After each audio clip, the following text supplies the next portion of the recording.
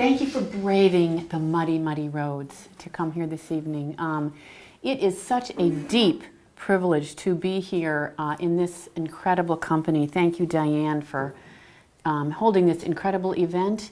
And Diana and Mary Jane, my companions in the word and the image. And I was really reluctant. I didn't say this the last time, but I was very reluctant to go to rehearsal. It was just like, oh, it's at night and it's a long way. And it was such a wonderful experience. And we realized that all of our work had a connected thread of some aspect of healing to it.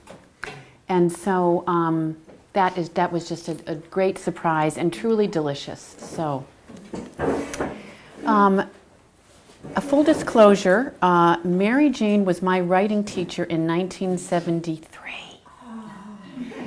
As she opened the door to so much, to a writing life and to her own incredible work, and it's been just a wonder to be connected with her all these years, and I'm graced that she is having our writing class on Monday nights, so for the month of April.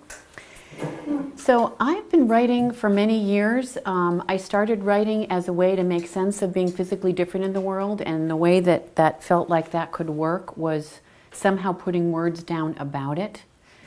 And it served well in later years as the bumps in the road arrived, and a fairly significant bump in 1995. I just had a smorgasbord of illnesses and cancers, and writing saved my behind. It really helped me make sense of what my experience was, and I got to reclaim the story as my story, as opposed to what I was being told I would do or what happened to me. And that then led to the luckiest job in the world, which is, as I mentioned earlier, I teach a healing art and writing class for folks dealing with illness and their family members. And the stories and images that people create every week are astonishing. And I just feel so graced to be in their company. It's sort of like they're the teachers. And maybe those of us that get older, we find that there's a lot of teachers in our lives. So the first several poems I'll read come from the earlier places of being different and working through healing with cancer. And then the other poems will be brandy new work. And then I'll close with a memoir piece that I'm working on about myself and my mother. Marooned. The child is marooned on an island. She is there because of her face. It is an island in the middle of a family, a school, a neighborhood.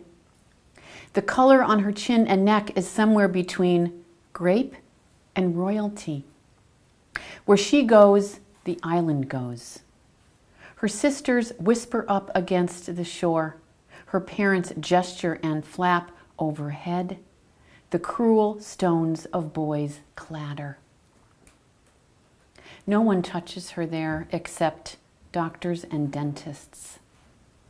But then, there were dogs on the island, birds and worms and violets, a whole greenhouse full of carnations. The nest. When cancer roared in, the careful nest of my life was blown from its tree, twigs scattered, threads of birch bark and horsehair and fungus, the breast feather lining strewn, one of two eggs broken, innocence like yolk running out. After the tests and the surgery, I had to rebuild it stick by stick, ask, how did this nest hold together? How can it safely cup one oval breast left? It is lonely. Cells and skin insecure of their symmetry. It sits in the new woven bowl, gratitude like spider silk, braided in with fear, tenacious and invisible. So fast forward to this face of distinction more recently. Even ground. Lately, when someone snags on my face, especially a grown-up, and they cannot refrain from sneaking a glance at such marks, the barest whites of their eyes showing like a spooked cow that doesn't comprehend the creature before it, I tender a small smile. When our glances cross, they may feel foolish, perhaps very human, and there we are on even ground. I had the amazing opportunity to be at a singing weekend with Esai Barnwell, who was one of the members of Sweet Honey in the Rock, an amazing African-American women's chorus, and met up with an old friend there, and this was what came out of that meeting: Oak and Joy. At the choral meet, I stand next to Oak. We fold back beige pleats at a window to see the broad sun of September. She tells me her cancer's lesson was joy. Uterine cancer looked bad. She arranged her affairs, as doctors advise, as if that word could hold the splay of life inside it. She was reprieved, clean margins. She began next morning to inhabit the life she had. She tells me, "Now I make my coffee and go out and visit the flowers and bees and grass, and there is joy and I let it in." Acute happiness for Oak, but I am chagrined by this week's running hustles to work. Past wasps at their apples, quiet shouts of morning glories, wet silver in the unmowed grass, clouds torn from each other. As we begin to sing scales, I see that in naming these things, I received what was essential, which is the calling of joy. Okay, we're in sugaring season, so here's some sugaring poems. Sap icicles. Along Bostwick Road, cold wind froze sap from just pruned maples sideways. I saw a chickadee at an icicle tip, so I stopped driving and put my tongue to the cold tears of the tree. I tasted flint, maple steam when it first rises off the pan. I tasted the shimmer of life pulsing up inside the cool gray bark. As soon as the sun begins to apply those long, warm hands. The happiest child was tongued to that tree. The saddest child grieved the lost limbs. And together we grew up inside my black quilted coat and became this white-haired woman who cared nothing for the cars who slowed and stared. So it isn't spring to me unless I have my head over the evaporator pan at Doug Bragg's sugar house when you just can't see a thing. And so this is, we were there one day and he just visiting, and he brought out these letters that his great-great-grandmother had written about what it was like to grow up and do this. And so it starts with an epigraph from those letters. Grade B.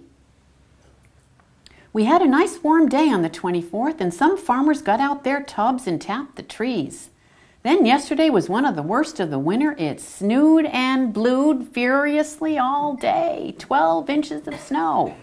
Hurrah for old Vermont! Today is warm again, and the maple syrup is running. A letter from March 26, 1909 by Doug Bragg's great-great-grandmother, Anna Bixby Bragg. Spring does not begin in my body until my head is over Doug Bragg's evaporator. Steam around us like a creature. Warm pussy willow gray, hinting sweetness as sap laps along the pans. One day when March was coming apart, out in the muddy yard, I entered the sugar house and could not make Doug out. Just heard the thunk of thick wood into the boiler, saw a suggestion of his flannel shirt near the orange maw. When he took a break to ring up my bottles of grade B, we visited a bit. and he pulled out a sheaf of letters. Anna's writing elegant and cramped, lining out the vagaries of the season, all that tapping and hauling, the hunkering alongside the boil, however long it took. The season all sweat and shiver, like the flanks of the Belgians that stood up burly and patient. "Hurrah for old Vermont," she exclaims, and a memory skids in of my grandfather pouring Vermont made on his Jell-O. His soft-boiled egg, his ice cream, and telling us how they used to boil eggs in the sap on the farm, just over the border, the one he left with $17 jammed in a pocket when he was 17. When I brought him the good stuff after living here for a while, he smiled and showed his small, square teeth. Held out the hand known to pigs and later hammers. "Très bien," he said. We got out spoons and we tapped that jug. And we did not talk, but hummed a little.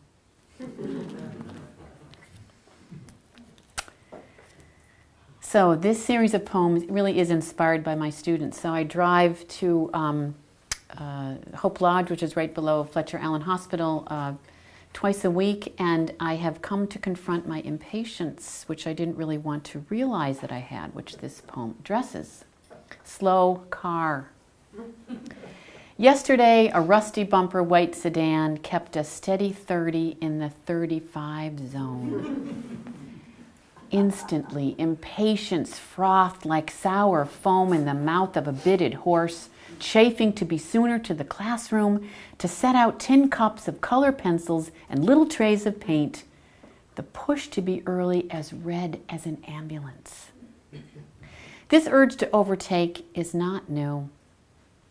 I would never admit the toxic rush of how it feels to pass on the double yellow line.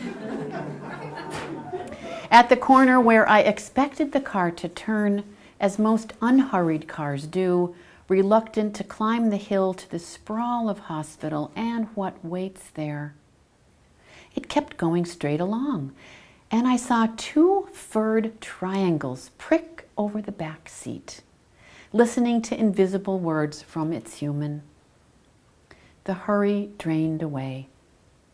All ill will for the white car flipped to grace, like a big-shouldered angel put her hand on mine and kept it there until exasperation slowed and steadied and got the hell out of the way. So even though I live in a tiny place compared to where I used to live, there's still plenty of nature adventures, and this is called Squirrel, Rescue. Gray squirrels have been systematically disassembling the suet feeders. One completely gone, another with its green metallic chain inexplicably uncoupled. So I fixed it, put in a fresh cake of suet. When I returned at noon, one of the grays dangled, hind ankle wedged hard in the notch of the feeder. On went heavy gloves, a jacket just shucked off, boots. I said, "I'm here to help you." It replied a gravelly hiss. I reached out and pushed up, squirrel, hand, or tangled royal, suddenly squirrel high in the air, twisting cat-like, landing paws out on a cedar. Nearby, my heart was quiet. A shimmer in the place where we met, where the me flickered out for an instant, rescued from its invisible, shuddered knowing. So there's a bit of a bird theme for the next two. Wren in the storm. Watching the snow split and shriek around the back of the house, something small flitted out from the heart of stacked Adirondacks.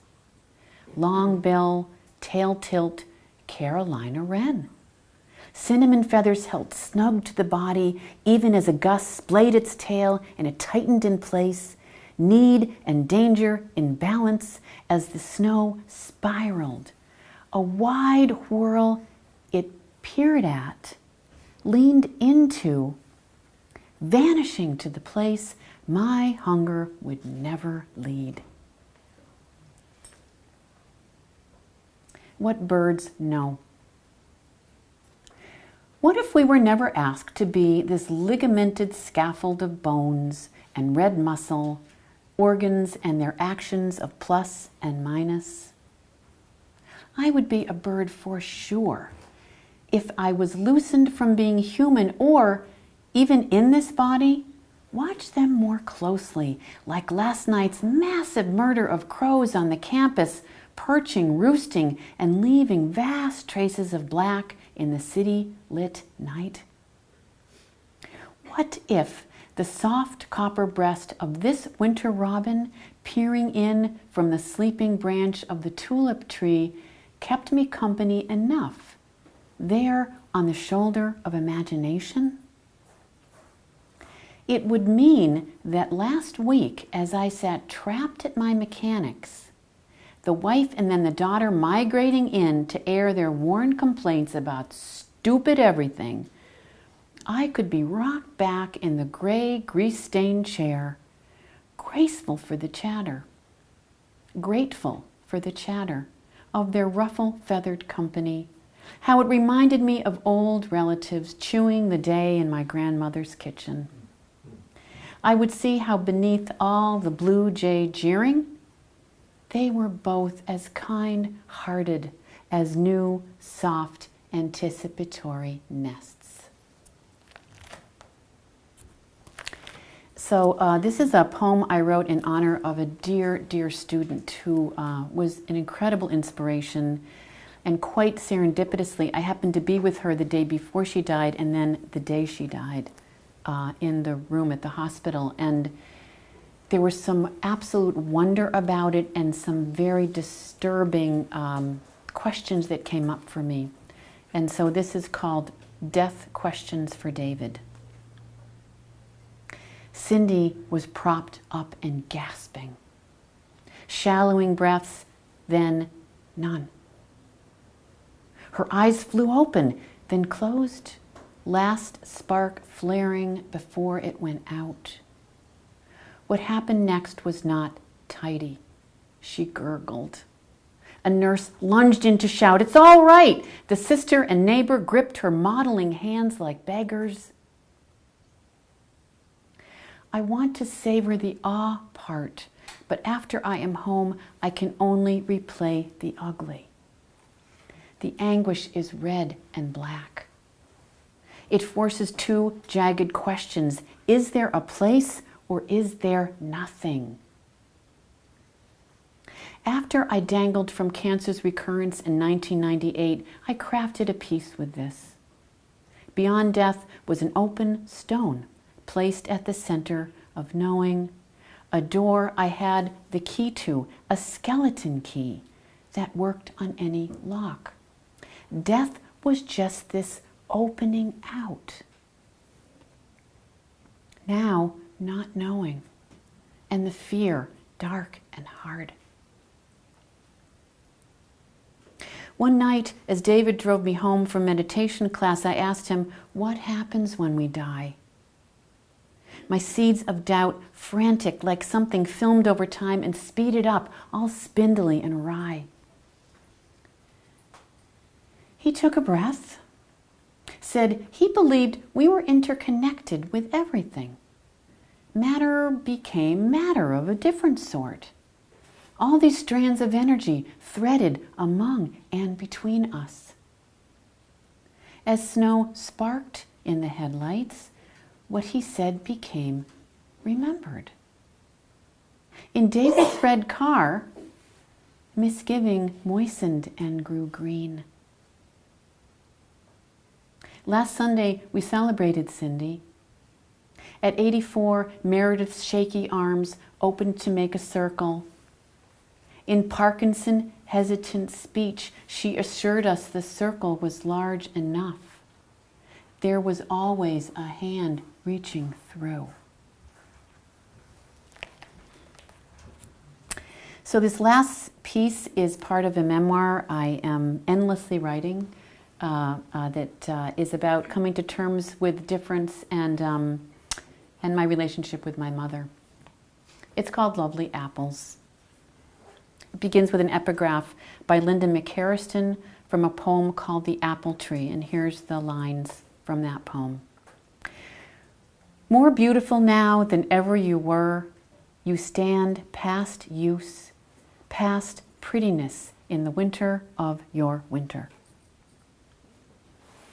In the forest, color is coming, and every breath or so, a leaf releases and parts, ticking through the tenuous lives of other leaves. In the distance, the head of an aspen quivers, stills. I see the smooth wastes of beech, crackled birch, the striated skin of fir and hemlock. This is not a domestic place, although a metal spoon in a white handle lays bowl down in a nearby midden. It's far to the north of the apple tree that shed blossom and fruit in our urban backyard, and where my mother, young with purpose, filled her apron with small mahogany apples to peel, cook, and sieve, rotating the wooden pestle inside the long tin cone. Her applesauce was a little too sweet and short-lived. I do not remember many years of spooning it warm, but then everything telescopes for children, the labor of mothers reduced to spoonfuls. My mother banked on pretty. Her apron bow hung neat, and lipstick ringed the filter tips of cigarettes she held, I later learned, like Betty Davis. She kept jewelry in small white cardboard boxes fixed with rubber bands, the words rhinestones or gold pins written on the covers in black ballpoint ink. In the next drawer down, she kept underwear organized in plastic bags, the panties, the bras, the girdles, the slips separated by color and fanciness. As a child, I went through my mother's drawers often, sliding my hands between the slippery bags, lifting out and opening the boxes. She kept the special black underwear at the back of the drawer, slips with lace and bras that hooked in front. I knew to replace them exactly. Like her underwear drawer, my mother arranged beauty carefully, taking it on and off with care and Pond's cold cream. It was not something, I realize now, that she ever felt she owned, but was something to be purchased, carefully labeled and preserved. I imagine this is what she wished to impart to me, purchasing and patting on the thick makeup that to hide my birthmark, researching treatments that caused more pain than erasure. My mother could not fathom why I would want to live with marks exposed, why I would want to suffer so. When I came out to her 31 years ago over a limp salad in a mediocre restaurant, she told me I'd always been a masochist of the first water. First the birthmark, and now this, another reason for people to taunt me. Her mouth was stiff with these words, her fork set down on formica with a sharp clack. Recently, I looked up the term first water. It is the initial water poured off after soaking wild foods. It is poisonous. When she died, shortly after turning 85, her facelift had given way. Before she died, in photographs that fall and summer, she raised her eyebrows so that the skin around her eyes would look less loose. My sisters and I always puzzled about the look of surprise, of glee, that was belied in the truth of a smile that merely lifted her lips over capped teeth. Until she died and we figured out what it meant for her to have her picture taken when she hated her face, her body. My mother did not think she was ever priceless. Her body was no longer of beauty use. The night before my mother took her life, I helped her take a shower. I told her I cherished her saggy belly's beauty, the still, shapely calves, her shoulders grooved by bra straps. She was embittered and would not hear of it. angry that she'd been forced to move to a new apartment by my father. My father, who, compelled to upgrade, underestimated the toll it would take on my mother as she struggled to find a purchase with a memory that was increasingly perforating. The price it would take. My appreciation of my mother's loosening body did my mother no good. My appreciation slid off her waterproof skin like drops that escaped the towel, like tears her skin was shedding. To see my mother naked was a privilege, her body like McCarriston's apple tree, past use, past conventional beauty use, past nourishing the hungry gaze of some men and the lure of advertising youth. I cannot help but think of the exasperation I feel when anyone extols the virtues of Shel Silverstein's The Giving Tree. The tree in this book is female, and she steadily gives of herself to the needy and clueless man until, old and unsteady, he sits his old bones on the stump of her. She has given everything that made her alive to the man, and now he sits on her stump, past use. My mother did not have roots enough to fathom, toweling off her bitter drops, that she was more beautiful now than ever you were, past prettiness in the winter of your winter. My mother had no receptor site for the distinction between pretty and beauty, the first being what many men see, the latter a loveliness that lives above, below, and beyond skin, makeup or not. Once, years ago, the summer I returned to my family after the first round of cancer, I asked my mother to go swimming with me in the warm August ocean off the south shore of Cape Cod. As we paddled about, touching the ridges of sand with our feet and looking at our hands in the clear, salted water, I urged her to take off the top of her bathing suit. The beach was deserted, late in the day and golden lit. I'd been talking to my mother a little about feminism, about the rights of women to love their bodies as is, about how good it might feel to float freely, about who cares. My mother looked at me, bit her lip, and then she did it. Slid down one strap and then the other, flipped over the stiff cups of the bodice. Our breasts bobbed just below and just above the surface, like lovely apples. I swirled and she swirled. We laughed out loud like we were getting away with something.